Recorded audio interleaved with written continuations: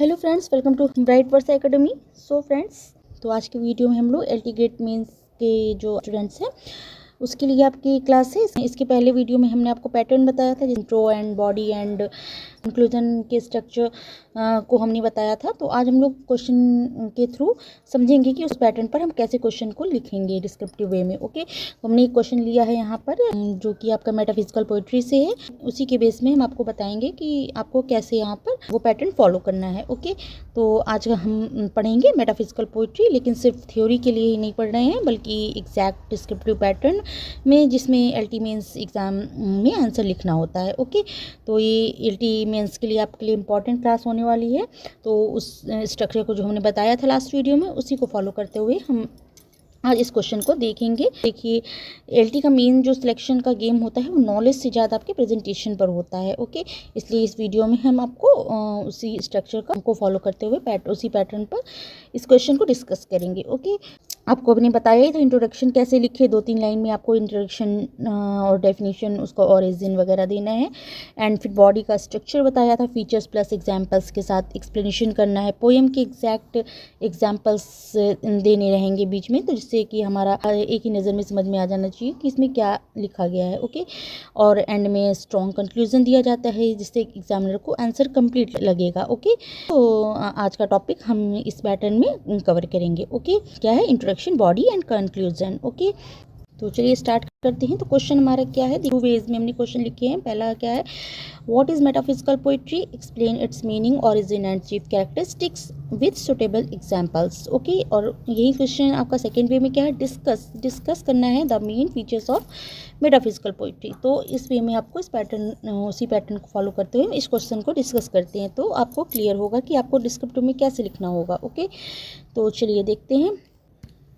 First of all हमें intro देना है। ओके, तो ये हमने आपको यहाँ पर हेडिंग वाइज दे दिया है, तो आप चाहे तो पैराग्राफ वाइज ही लिख सकते हैं जिसमें आपका स्पेस बचेगा।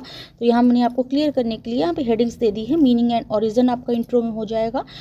Metaphysical poetry refers to group of 17th century English poems which are known for intellectual depth, wit and philosophical treatment of love and religion. तो आपको दो लाइन्स में आपको ये बताना है कि मेटाफिजिकल जो आपकी पोइट्री है वो आपकी 17th सेंचुरी में अंग्रेजी कविता का एक इंटेलेक्चुअल डेप्थ, बौद्धिक गहराई और विट एंड फिलोसफिकल ट्रीटमेंट, बौद्धिक गहराई, दार्शनिक विचारों और साहसिक कल्पनाओं के लिए जानी जाती है। तो ये आपको 2 लाइन्स में इंट्रो हो गया। एंड मीन इसका क्या आपको देना है? The term metaphysical poetry was coined by Samuel Johnson. Samuel Johnson के द्वारा इसको क्वाइन किया गया है। इंपॉर्टेंट पॉइंट्स आपको अपने इसी में अपनी इंट्रो में दे दिए। इस शब्द का प्रयोग सबसे पहले डॉक्टर सैमुअल जॉनसन ने किया था, और ये आपका John Donne is considered the chief representative of school. आपने बता दिया इंट्रो में कि जॉन डन जो है वो आपके चीफ रिप्रेजेंटेटिव है, कि इस शब्द का प्रयोग पहले डॉक्टर जॉनसन ने किया था। ये आपने इंट्रो में मेन चीज़ बता दी कि 17th सेंचुरी का आपका हो गया, 17th सेंचुरी दिखा दिया, क्वाइन दिखा दिया आपने, एंड आपने डन का कंसीडर कर दिया। रिप्रेजेंटेटिव कौन है इसके? जॉन डन है। तो ये आपने मेन पॉइंट्स आपने इंट्रो में इसके बता दिए। ओके, अब इसके हम मेन फीचर आपके पूछे गए हैं, कैरेक्टरिस्टिक्स पूछे गए हैं। तो चलिए नेक्स्ट आगे देख लेते हैं। मेन फीचर्स पर आ जाएंगे। मेन फीचर्स आपके क्या हो जाएंगे? दिखाना है आपको यूज़ ऑफ कंसाइट। पता है आपको कि आपको मेन फीचर्स, मुख्य विशेषताएं इसकी क्या होती हैं? कंसाइट, एक्सटेंडेड मेटाफॉर, विस्तारित रूपक जिसको कहते हैं। ओके, तो the most striking feature of the use of conceit which is far fetched and extended metaphors. तो इसमें क्या है? कंसाइट का यूज़ किया जाता है। आपको पता है मैटाफिजिकल पोएट्स फॉर फेस्ड कंपैरिजन करते हैं, मतलब दूरगामी तुलना रहती है इनकी, उसका प्रयोग करते हैं, कंसाइट का यूज़ करते हैं।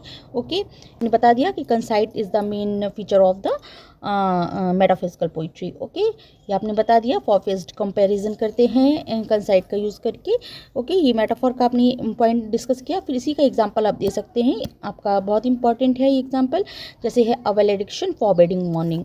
अ वैलेडिक्शन फॉरबिडिंग मॉर्निंग जो है जॉन डन का है। डन ने आपने क्या किया? Compares to lovers to the legs of compass. तो वैलेडिक्शन फॉरबिडिंग मॉर्निंग में जॉन डन ने क्या है? प्रेमियों की तुलना कंपास से की है। ओके, कि कंपास की जैसे 2 पैर होते, 2 टांगे हो गई, तो उसी टांगों की तुलना की है यहाँ पर लवर्स से। Okay, this shows that even though lovers are physically apart they remain spiritually united. तो उन्होंने इस कंपास का यूज़ करके क्या बताया है कि एक टांग हिलती है और दूसरी स्थिर रहती है। उसकी एक आपकी जो पॉइंट होता है उसका वो आपका स्थिर रहता है एंड दूसरा राउंड करता है, तो फिर भी दोनों आपस में ऊपर से जुड़ी ही रहती हैं। तो ये आध्यात्मिक प्रेम का यहाँ पर प्रतीक दिखा रहे हैं। क्या दिखा रहे हैं? स्पिरिचुअल यूनाइटेड दिखा रहे हैं। ओके, तो वैलिडिक्शन आपका यहाँ पर यूज़ हो गया। वैलिडिक्शन का आपने एग्जाम्पल दे दिया जॉन डन का, जो कि इंपॉर्टेंट है यहाँ पर आपकी आध्यात्मिक प्रेम का, जो कि प्रतीक दिखा रही है। आपने यूज़ ऑफ कंसाइड दिखा दिया कि कैसे कैसे लवर्स और कंसाइड का उदाहरण देकर एक दूसरे को यूनाइट कर दिया गया। तो यहाँ पर आपने कंसाइड का यूज़ करके दिखाया कि जॉन डन ने वैलिडिक्शन फॉरबिडिंग मॉर्निंग में लवर को कंपास से कंपेयर किया और जो उनके स्पिरिचुअल लव का सिंबल है यहाँ पर। ओके, तो यहाँ पर आपने ये डिस्कस कर लिया। अब नेक्स्ट फीचर क्या हो गया? Fusion of emotional and intellect. Next आपने इसका फीचर्स बताया, fusion of emotion and intellect. Okay, तो metaphysical poetry shows a blend of emotion and intellect. Metaphysical poetry जो है एक ब्लेंड है, एक मिक्सचर है। किस चीज़ का मिश्रण है? ब्लेंड इमोशन एंड इंटेलेक्ट, बौद्धिक और इमोशन दोनों का ही एक मिश्रण है। Love is not only emotion but also deeply thoughtful and philosophical. तो यहाँ पर आपने बताया कि जो प्रेम केवल भावनात्मक नहीं बल्कि बौद्धिक और आध्यात्मिक भी होता है। ओके, इसका एग्जाम्पल भी आप यूज़ कर सकते हैं कैनोनाइजेशन का। Canonization is the best example. Canonization में Donne logically argues that true lovers deserve to be canonized like saints. तो यहाँ पर कैनोनाइजेशन में डन कहते हैं कि प्रेमियों को संतों की तरह माना जाना चाहिए। क्यों माना चाहिए? क्योंकि उनका प्रेम शुद्ध और शाश्वत होता है। ओके, यहाँ पर कैनोनाइजेशन में उनका यहाँ पर fusion of emotion and intellect हमें बहुत अच्छे से दिखता है। तो यहाँ पर आप इस चीज़ का यूज़ कर सकते हैं। ओके, इमोशन और फिलॉसफी का यहाँ पर ब्लेंड दिखता है कैनोनाइजेशन में।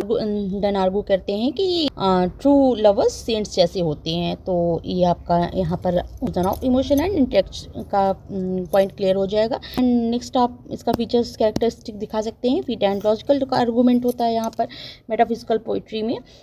तो कैसे होता है? तो विट एंड लॉजिकल आर्गूमेंट दिखाते हैं यहाँ पर। This poets uses wit argument and reasoning in their poems. तो यहाँ पर पोएट जो है वो आर्गूमेंट्स तर्कपूर्ण बहस की तरह प्रेजेंट करते हैं। एक तर्क रखते हैं, रीज़न रखते हैं, आर्गूमेंट एंड रीज़न दिखती है हमें यहाँ पर। तो ये फीचर आपका मेटाफिजिकल पोइट्री का हो जाएगा। एग्जाम्पल क्या है? The flea becomes a clever logical argument of justify physical union. तो यहाँ पर जो फ्ली का है का एग्जाम्पल दे सकते हैं। इसमें जो है मच्छर की शारीरिक संबंध का तर्क बनाने के लिए इस्तेमाल किया गया है। चतुर और चौंकाने वाला रहता है जो कि ओके, तो ये फ्ली का एग्जाम्पल यहाँ पर हम रख सकते हैं। ओके, एंड लॉजिकल आर्गूमेंट किया गया है यहाँ पर। फ्ली का मेटाफॉर यूज़ करके फिजिकल यूनियन जस्टिफाई किया गया है। तो यहाँ पर आपका ये एग्जाम्पल आप दे सकते हो। तो एग्जाम्पल के बेस से एग्जाम्पल आप जितना अच्छा से दिखाएंगे उतने अच्छे से आपको एग्जामिनर के पॉइंट से क्लियर होगा कि नहीं, इनको इस टॉपिक के विषय में पता है कि किस चीज़ के लिए ये होना चाहिए क्लियरली। ओके, तो एग्जाम्पल बहुत अच्छे से आपको माइंड में रखने होंगे कि किस जगह हम क्या यूज़ कर सकते हैं। ओके, तो नेक्स्ट हमारा है अनकन्वेंशनल इमेजरी। ये आपके बॉडी का स्ट्रक्चर आ जाएगा, जो हमने अपने इंट्रो बताया है। इंट्रो के बाद आपका बॉडी वाला स्ट्रक्चर चल रहा है, पैटर्न चल रहा है। इसमें आपको बॉडी का दिखाना है पूरा, लास्ट में कंक्लूजन आएगा। अभी ये आपका मेन स्ट्रक्चर है, यहीं से आपके पॉइंट नंबर गेन होंगे। ओके, नेक्स्ट आपका फीचर इसमें आता है अनकन्वेंशनल इमेजरी। इसमें पोएम में आपकी imagery is drawn from science, philosophy, astronomy, geography etcetera. That is why metaphysical poetry feels modern and unconventional. तो यहाँ पर कविताओं में विज्ञान, खगोल विज्ञान और भूगोल से जुड़ी छवियाँ आती हैं। ओके, तो जैसे आपका कंपास हो गया, ऑल्केमी हो गई, स्फेरिकल वर्ड हो गया, मैप्स हो गया, पारंपरिक प्राकृतिक छवियों से बिल्कुल अलग है। ओके, जो कि पारंपरिक यूज़ की जाती हैं उससे ये बिल्कुल अलग रहती है। तो यहाँ पर आपकी इन सब चीज़ों अनकन्वेंशनल इमेजेस का यूज़ करते हैं। ओके, कहाँ से कहाँ जोड़ देते हैं उसका कुछ भी नहीं है। ओके, तो ये आपका ये पॉइंट हो गया। नेक्स्ट आप कैसे है आपका डिस्कस कर सकते हैं। आपका मेटाफिजिकल पोइट्री का आपका फीचर हो गया कॉलोकियल एंड कन्वर्सेशनल लैंग्वेज हो गई आपकी। तो ये क्या? The language is often colloquial, dramatic and conversational, almost like a debate of speech. तो कॉलोकियल लैंग्वेज को साधारण भाषा का यूज़ करते हैं। भाषा सरल परंतु सोचने पर मजबूर करने वाली होती है। है। बातचीत जैसी होती है, कम्युनिकेशन जैसी होगी, लेकिन भाषा सरल रहेगी परंतु आपको सोचने पर वो मजबूर कर देगी। तो ये इस तरह की लैंग्वेज का यहाँ पर यूज़ करते हैं। आप एक कैरेक्टरिस्टिक इसका लिख सकते हैं। जैसे इसका एग्जाम्पल में कह सकते हैं कि डन जो है वो अक्सर जो पोएम है वो अचानक शुरू करते हैं, जैसे कोई बातचीत शुरू कर रहे हो। ओके, तो ऐसे उनकी पोएम का स्टार्टिंग होती है। ओके, आपका नेक्स्ट पॉइंट आ जाएगा क्रिटिसिज्म। अब लास्ट में आप इसका एक क्रिटिसिज्म भी देना चाहिए आपको कि एक कहाँ से क्या क्रिटिसाइज़ किया गया है। ओके, तो इसमें देखिए क्रिटिसिज्म आप दिखा सकते हैं क्या है। Doctor Samuel Johnson criticise metaphysical poets for. Doctor Samuel Johnson ने जो मेटाफिजिकल पोइट्स की आलोचना की है, कैसे की है, यॉकिंग टुगेदर हेट्रोजीनियस आइडियाज़। तो मीन्स क्या है, अनरिलेटेड आइडियाज़ को फोर्सफुली जोड़ना। तो ये क्रिटिसाइज किया है आपके किसने किया है, डॉक्टर सैमुअल जॉनसन ने इस तरह करके आपको आपके क्रिटिसाइज किया है, अनरिलेटेड आइडियाज़ को फोर्सफुली जोड़ना।